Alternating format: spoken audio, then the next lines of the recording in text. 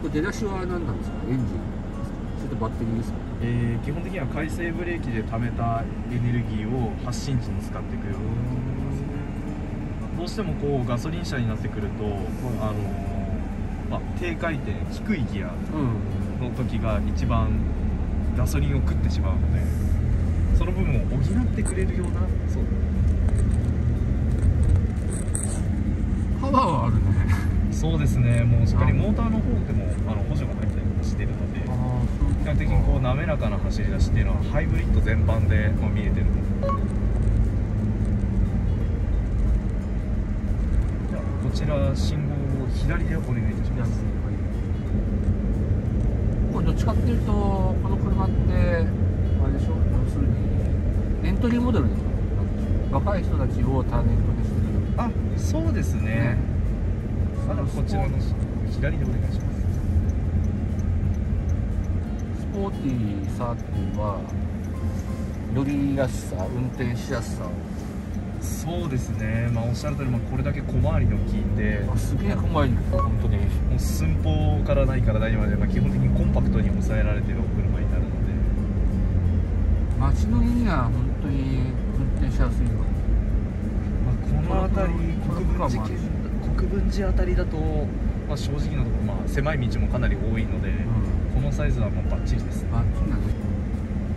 やはりまだ軽だとちょっと不安だなという方も中にはいらっしゃるので、ハンドリングもシャープ。CVT っぽいね、やっぱね、出だしは。やっぱり感じられますか。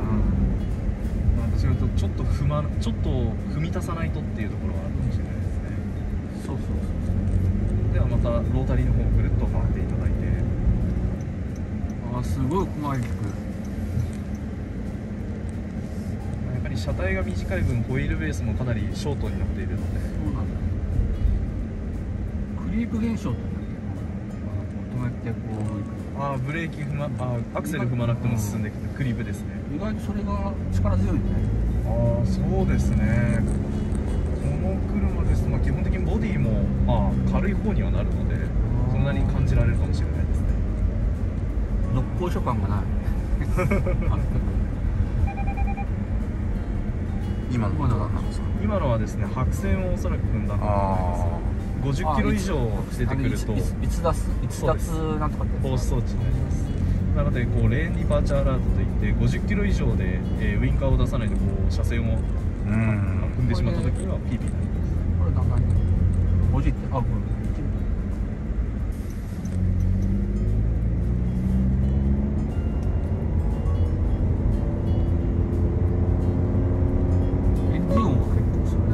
そうですね。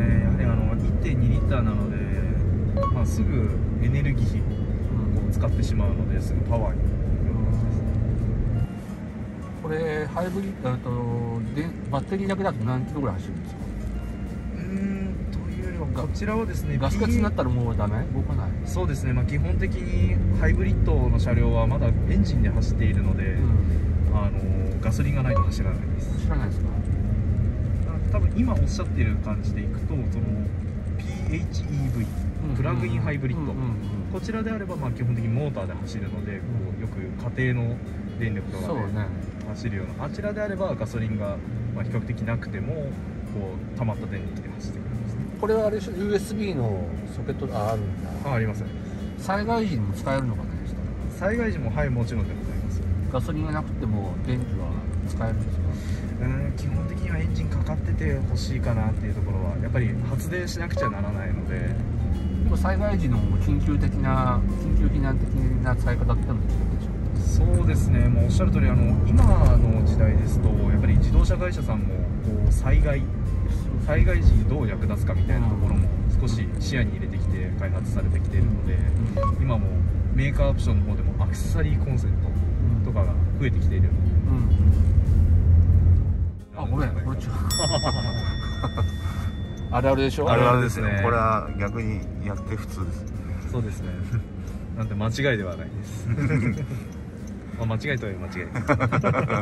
間違えちゃうね。台車で国産出してもらって、すぐに間違えるじゃん。でしばらく乗ってて慣れちゃうじゃん。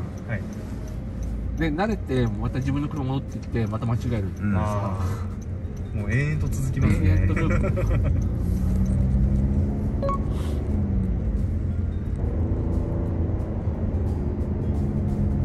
でも確かにね、この車はね乗りやすいですね。運転しやすい。うん、そういったと日ころで常使いのは車としては非常に使いやすい。うん、エアコンの効きはどうですか？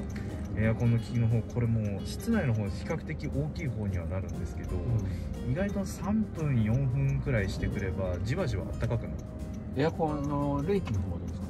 夏場夏場となってくると、そうですね、まあ、冷える風に関してはそれなりに早い段階で冷えてくれるんですけど、まあ、室内に、まあ、循環するってなってくると、まあ、5分、まあ、10分くらい見ていただければ肌感覚で出てくるかなっていう感じですね。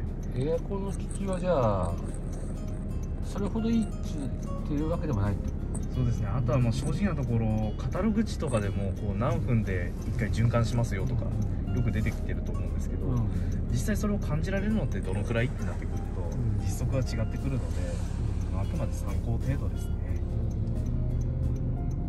やっぱりこう燃費重視で見てきたけれども実際はちょっと違ったなっていう人もいらっしゃいますし、あ、これってこんなに燃費良かったんだって驚いていただく方もいらっしゃる。ブレーキの効きは割とねマイルド。ああ、そうですね。もうこうガツンっていうのはかかり方ガツはンじゃないね。あまりしないですね。やっぱ踏み方によって変わってくるかなと思踏み込み400万。う。込み込みでいくとそこまではいかないですね。まあ、やっぱりこう300万円オーバーっていう考え方に、300万オーバー。あとはまあ仕様によってというか。オプションによる。そうですね。 CVT でもやっぱだな、なんか慣れないな。音とか感触はそうかもしれないですね。やっぱりずっとオートマチックに乗られてる方とかってなってくると、やっぱりこの辺でアクセル緩めたら変速するなっていう感覚がむしろないというか、フィーリング薄くなる。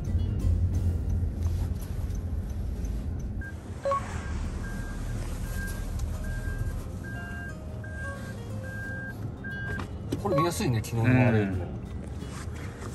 広いっすね。でフルフラットにあります。ああ、席はどっちも倒れるんですか？どっちも倒れます。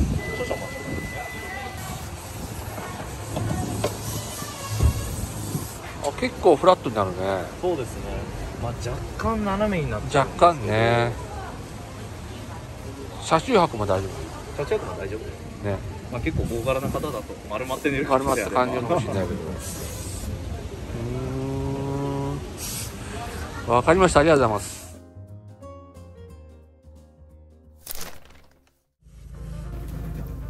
というわけでライズの試乗をしてきたんですけど、まあ普通に街乗りとか、通勤とか買い物とか、そういう用途にはかなりなんかサイズ的にはいいし乗りやすいしいいんじゃないかなと思います。しかもね、燃費がすごいんですよ。このハイブリッドエンジンはWLTC モードで、28キロ走るっていうんだよね、リッターだから。通勤とか通学とかもう買い物とか普段使いに使う分には全然不満はないかなって感じかな。なんかそれ以上のものを求めるとしたらちょっとね、不満が残る、物足りない、ちょっとこれじゃあっていう方もいるかなと思う。具体的には多分スポーティーさっていうの、ハンドリングとかそのエンジンの感覚とか運転感覚に対してのスポーティーさとか、なんか感能性とかを求めるにはちょっと不十分かなと思うけど、街乗りに使う分にはもう全然本当に普通に使えるんじゃないっていう感じですね。というわけで、トヨタでめちゃめちゃ売れてるコンパクト SUV っていうことでライズに乗ってきましたけど、アルファロメオがどういう路線でどういう車を作っていくのかっていうのがちょっと楽しみかな。このトヨタのライズみたいな路線で行くのか、それとももっとスポーティーさを前面に出していくような車作りをしていくのか、ちょっとその辺が楽しみっていう感じですね。というわけで、今日の動画はここまでです。ご視聴ありがとうございました。